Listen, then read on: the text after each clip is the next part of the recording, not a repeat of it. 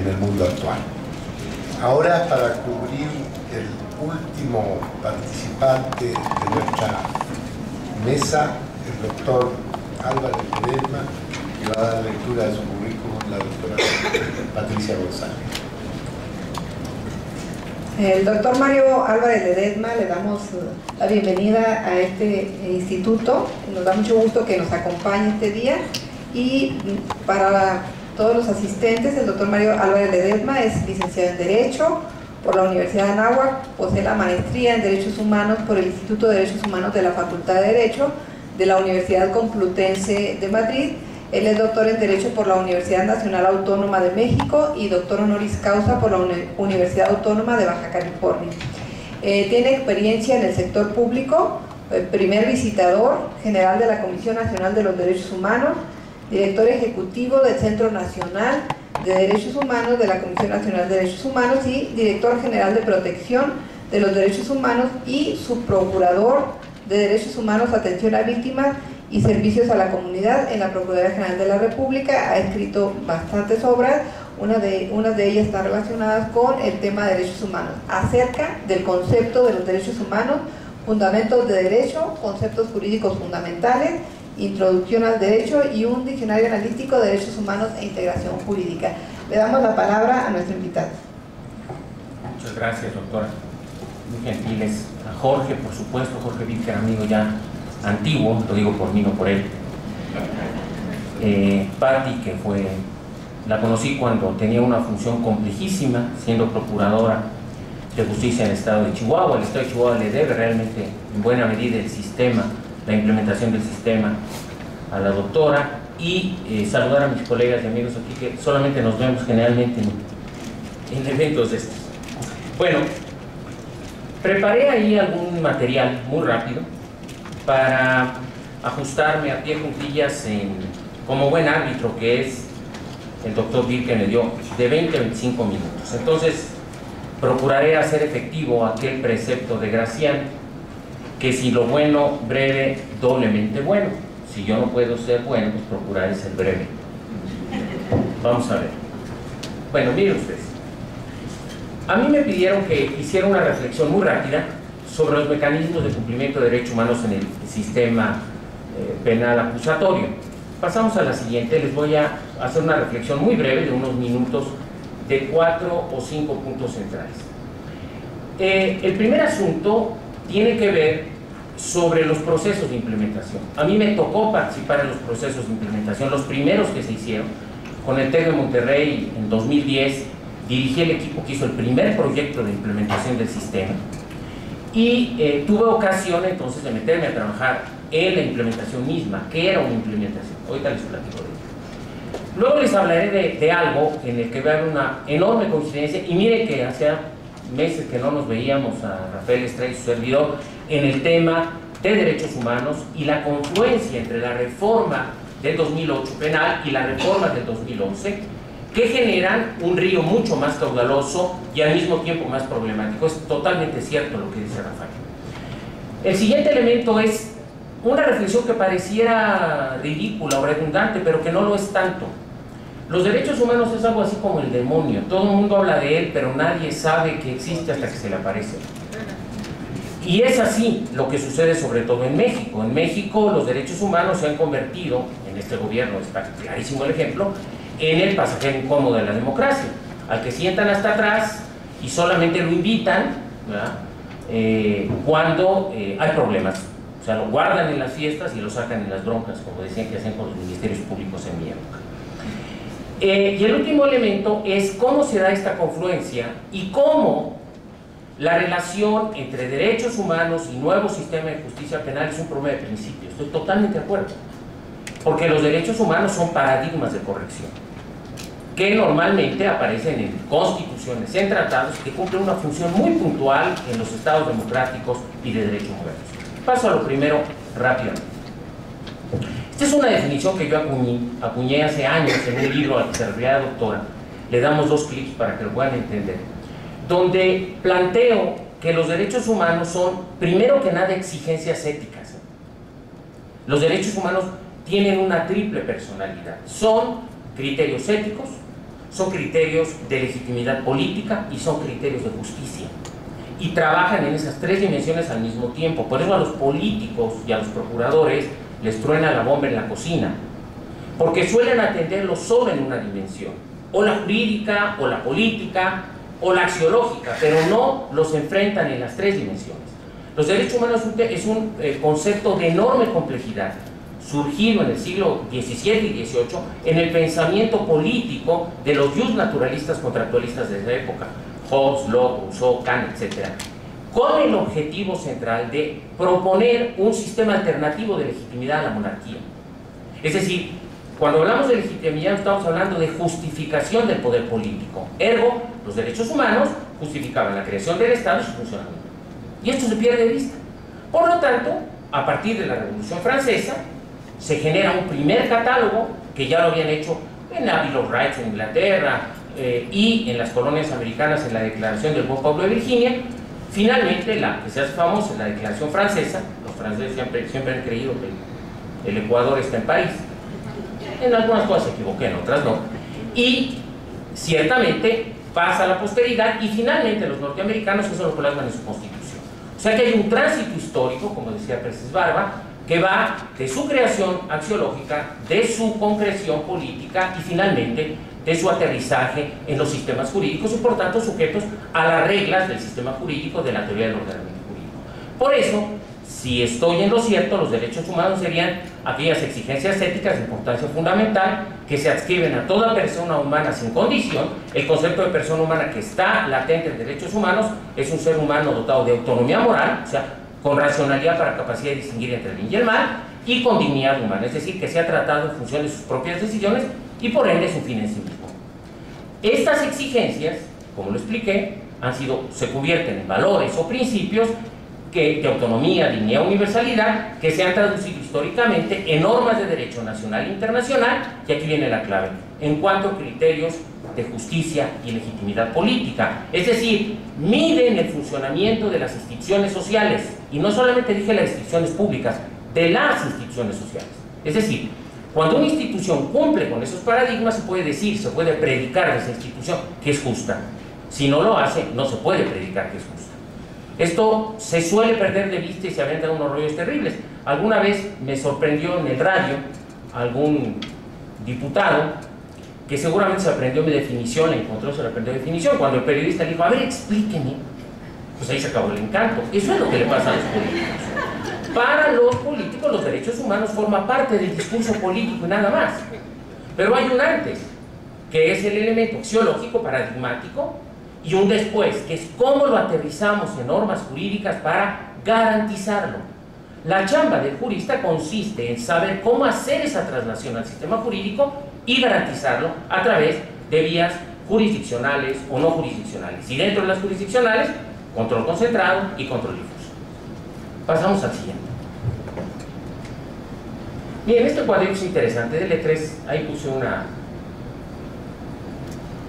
Mi secretaria se divierte haciendo estas cosas, pero a mí me meten en problemas, que le pone, falta un clic más. Eso, lo logran ver todo, ¿no? Este cuadrito es muy útil porque establece cómo funcionan los derechos humanos. Miren, los derechos humanos, como está ahí en el globito arriba, son criterios de justicia y legitimidad, son criterios de medición del funcionamiento. Pero los derechos humanos requieren de dos tipos de presupuestos, que es aquí, como decía mi abuelita, donde la burra tuerce el rabo.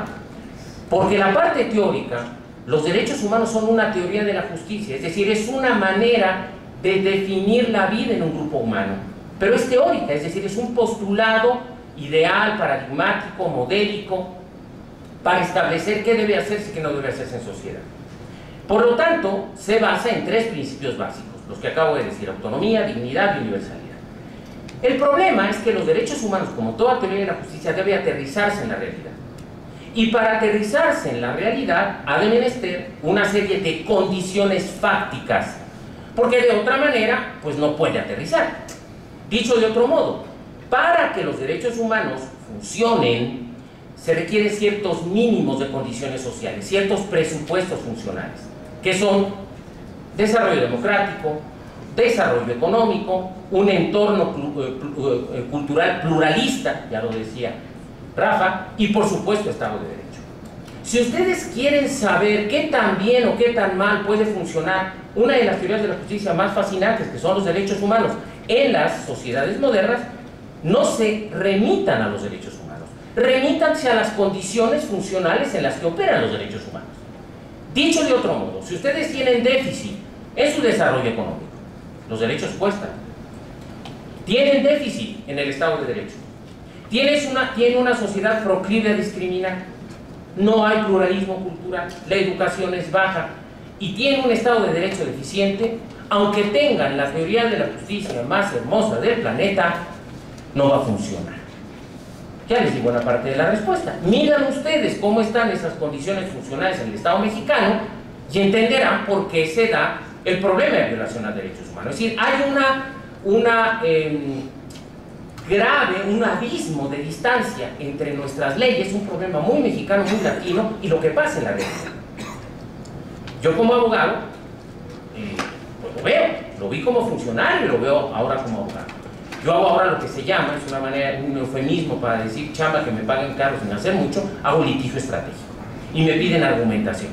Pero la argumentación se cae ante los presupuestos funcionales. Los jueces no leen mi argumentación. ¿Por qué? Porque no tienen tiempo.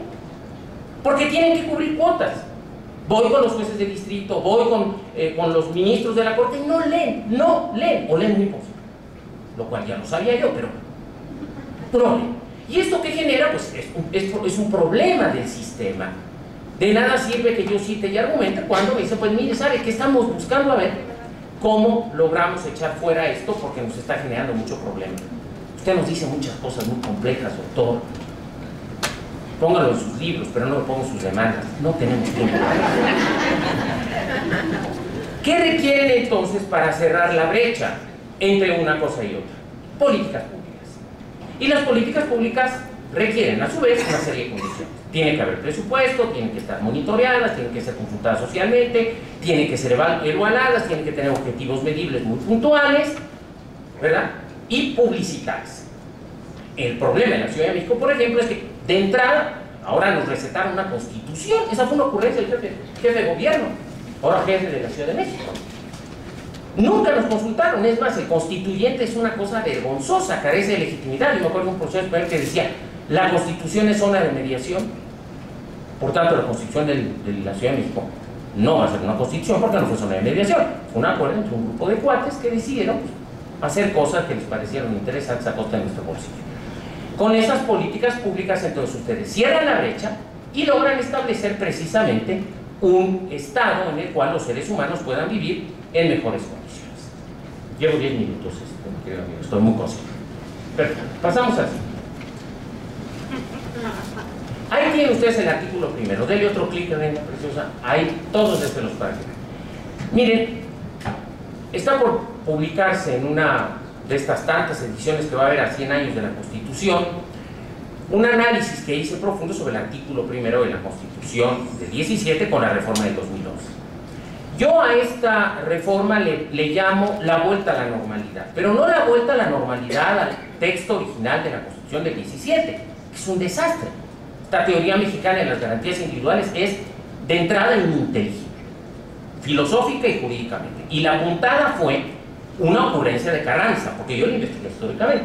Sin duda Rafa es mejor historiador que yo, pero lo investigué en el debate. El debate del constituyente del 17 sobre el artículo primero lo llevó José Natividad Macías en un texto que se llamaba Teoría sobre el artículo primero de la Constitución del 57. Una cosa esperpéntica, donde en 10 minutos, por una ocurrencia de Carranza, de sacar de la Constitución todo lo que sonaba moral, imagínense nada más, porque las constituciones sirven para positivizar, no para hacer reflexiones morales. Sacaron el concepto de derechos del hombre, que estaba en el artículo primero de la Constitución 57, que es bellísimo, y le pusieron garantías, porque la Constitución debía decir qué garantizaba, pero no lo que garantizaba. Lo cual hizo que México viviera prácticamente un siglo con un sistema de garantías. Era de terror. Este es el paraíso de la simulación. Yo era funcionario público en ese entonces, en México hablaba de garantías, salía yo a la Comisión Interamericana y me cambiaba el chip y hablaba de derechos humanos. De repente me equivocaba y me decía, ¿de qué está hablando? ¿Garantías? Ah, no, perdón, derechos humanos. ¿Por qué? Porque tenemos esa tradición aquí, lo cual no es solamente un problema teórico, es un problema práctico, porque el concepto de garantía es un concepto jurídico, exclusivamente jurídico. Es decir, con la reforma del 57 y del 17 se redujo el ámbito de interpretación, de aplicación y de entelequia de los derechos humanos y se circunscribió a ¿qué? Al juicio de amparo. ¿Qué eran los derechos humanos? Que los jueces dijesen, y como los jueces, pues a veces la luz natural no se les da mucho, pues imagínense nada más, revisen ustedes el contenido de la jurisprudencia anterior a la reforma de 2011 y es de terror. El principio de progresividad en materia de derechos humanos. Y esto explica por qué estas taras que vienen desde ese cambio están presentes en el sistema jurídico. Porque los jueces siguen pensando como siguen pensando, muchos de ellos, algunos ministros siguen pensando así, y se sigue enseñando derecho con esa visión angosta, pequeñita, no de principios y normas y políticas públicas, como decía Working, sino simplemente de normas concretas que yo aplico a través de un procedimiento lógico. Y no es así. Cuando en los sistemas reconocemos principios, tenemos que hacer teoría de la argumentación, aterrizar la teoría de la argumentación al texto jurídico y hacer un proceso complejo que Alexis dice es muy difícil que los jueces lleven a cabo, y México es una muestra de ello. El artículo primero tiene básicamente 5 elementos. El primero es que al aceptar que existen dos fuentes de derechos humanos, se convierte en lo que se llama los alemanes una constitución abierta.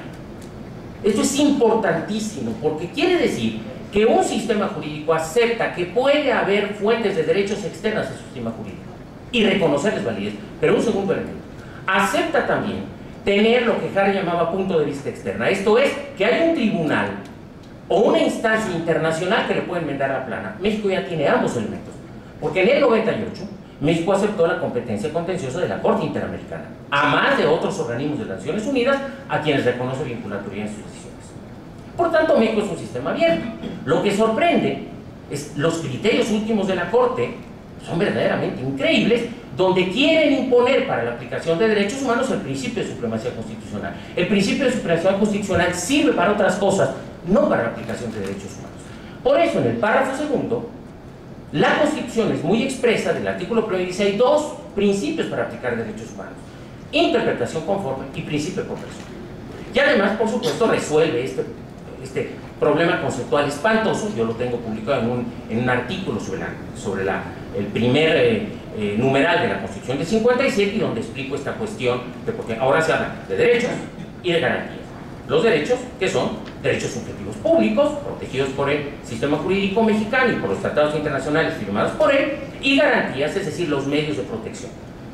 Burgoa, uno de los grandes constitucionalistas del sistema anterior, decía que había una confusión gravísima, porque el concepto de garantías en el sistema jurídico mexicano significaba lo protegido y el medio de protección. O sea, violaba un principio básico, ¿no? Era dos cosas al mismo tiempo y no era nada. Y en el último párrafo, el tercer párrafo de la Constitución, hay dos elementos más. México reconoce ya finalmente y se inserta en el sistema internacional de protección a derechos humanos, porque dice que la promoción y protección de los derechos humanos tiene que estar sujeta a los 4 principios que en 1980 adoptaron las Naciones Unidas, que son progresividad, universalidad, indivisibilidad, etc.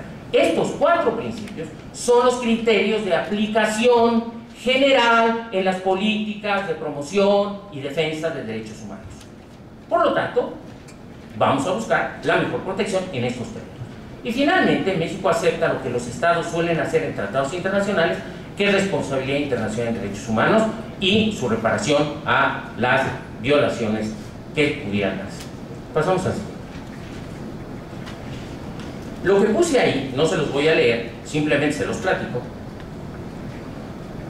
El sistema penal anterior, el que está por concluir, por lo menos en lo que hace a los asuntos que hasta las 12 de la noche se sucedan en el sistema inquisitorial, así llamado, tenía problemas endémicos. Los problemas son de múltiple tipo: problemas en la investigación y enjuiciamiento, problemas de la secrecía y la averiguación previa como sistema escrito, el problema también de que cómo se llevaba a cabo la instrucción del proceso, la prisión preventiva como sanción, la prueba rendida ante el Ministerio Público, la detención policial, la resistencia a la transparencia de los actos judiciales, etc. Y las limitaciones, por supuesto, a la presunción de inocencia. Todos estos eran vicios endémicos del sistema anterior. Y yo me doy golpes de pecho. Yo fui Ministerio Público local y federal y viví ese proceso de un lado y del otro. Tenía ventajas y desventajas. La cuestión es, por eso en la primera parte de mi exposición lo dije, que en las implementaciones se pueden dar problemas muy serios por lo siguiente. Les voy a poner un ejemplo más cercano a nosotros. Cuando llega diciembre, lo que solemos hacer es establecer buenos propósitos. Decimos, a partir del 1 de enero me pongo a dieta. ¿No? O decimos, voy a aprender inglés. O decimos, no sé, voy a comprar una casa mejor, etcétera, etcétera.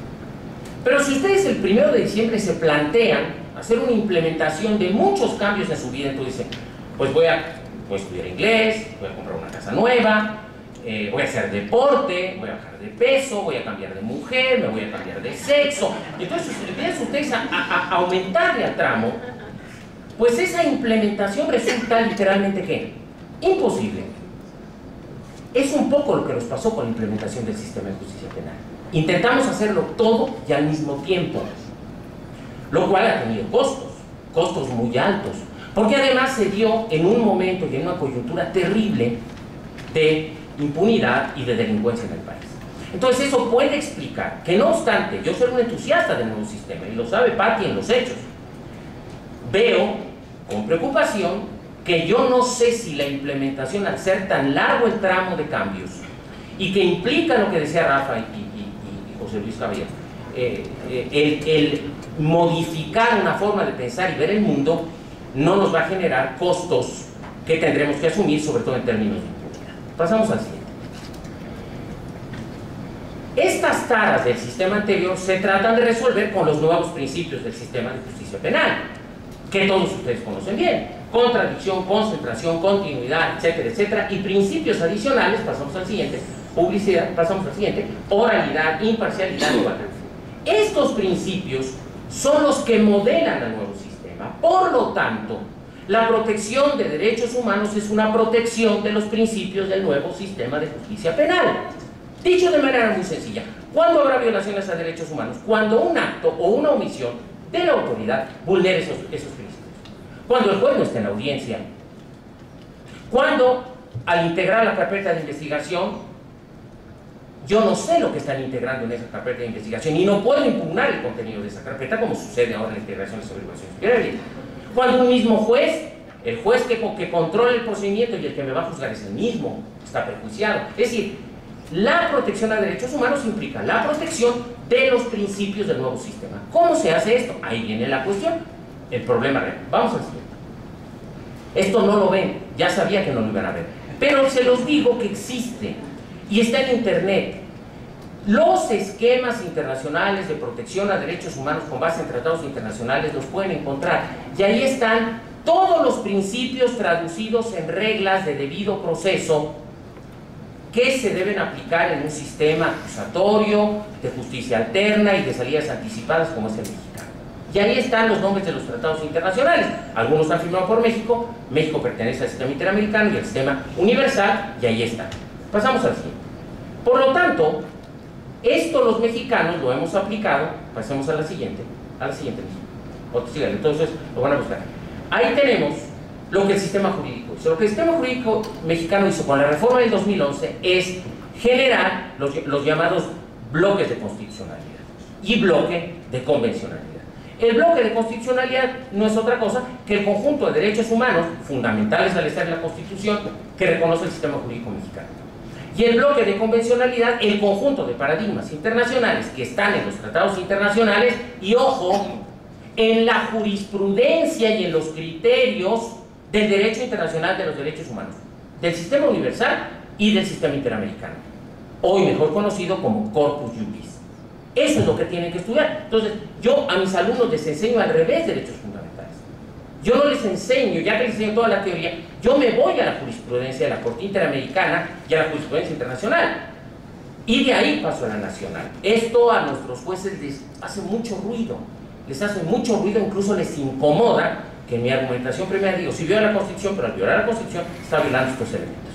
Y finalmente, en la siguiente, van a encontrar cómo el nuevo sistema está en el ámbito nacional con dos aspectos que suelen obviarse. A los mexicanos nos costó, entre otras de las taras del paso de garantías de derechos humanos, es que en el 90, cuando se crea la Comisión Nacional, pues la verdad los abogados no tienen idea de para qué caramba servía.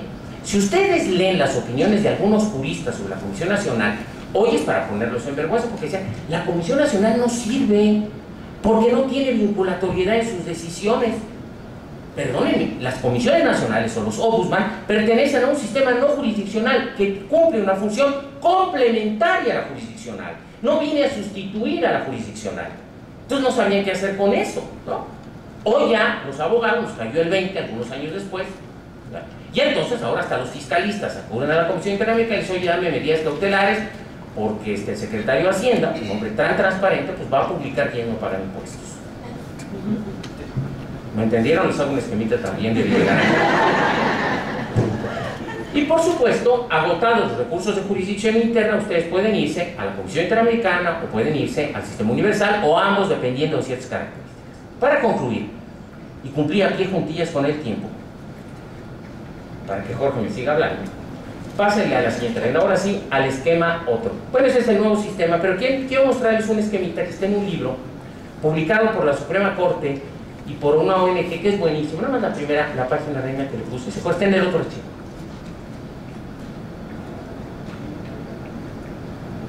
Cierre ese y en el siguiente archivo, dentro del mismo documento. Dele ahí los clics. Dele ahí los clics. No, yo creo que veo otra cosa, ese no es mío. Bueno, no es el mío. Váyase al... Bueno, se los platico. El punto fino es, estos elementos hay que trasladarlos al nuevo sistema. Entonces, en cada una de las 5 etapas que tendría el nuevo sistema de justicia penal, ustedes lo que tienen que hacer es señalar cuáles son los principios que van a operar y qué derechos humanos protegen esos principios para los 3 participantes: la autoridad, obligaciones de hacer o no hacer, el indiciado, la defensa y las víctimas. Esos protocolos todavía no están creados, lo vamos a tener que hacer y va a ser labor de los siguientes años. Lo cierto es que este proceso va a ser difícil, complejo, pero, como decían los chinos, muy apasionante, terminó Jorge, porque en los grandes problemas es donde se gestan las grandes soluciones. Muchísimas gracias. A ver, nada más para que lo vean, antes de que me aplaudan, ¿ves? El siguiente, mija. Súbale. Siguiente. Ese fue, no estaba casita. Antes, el anterior. Póngale ahí de toda la página. Ese se los recomiendo porque esa es una clara esquematización de lo que vengo diciendo. Están las distintas partes del proceso, están los derechos que corresponden a cada una de las partes participantes, las obligaciones y los principios del sistema que tienen que ser protegidos. Jorge, ya concluyo. Muchas gracias.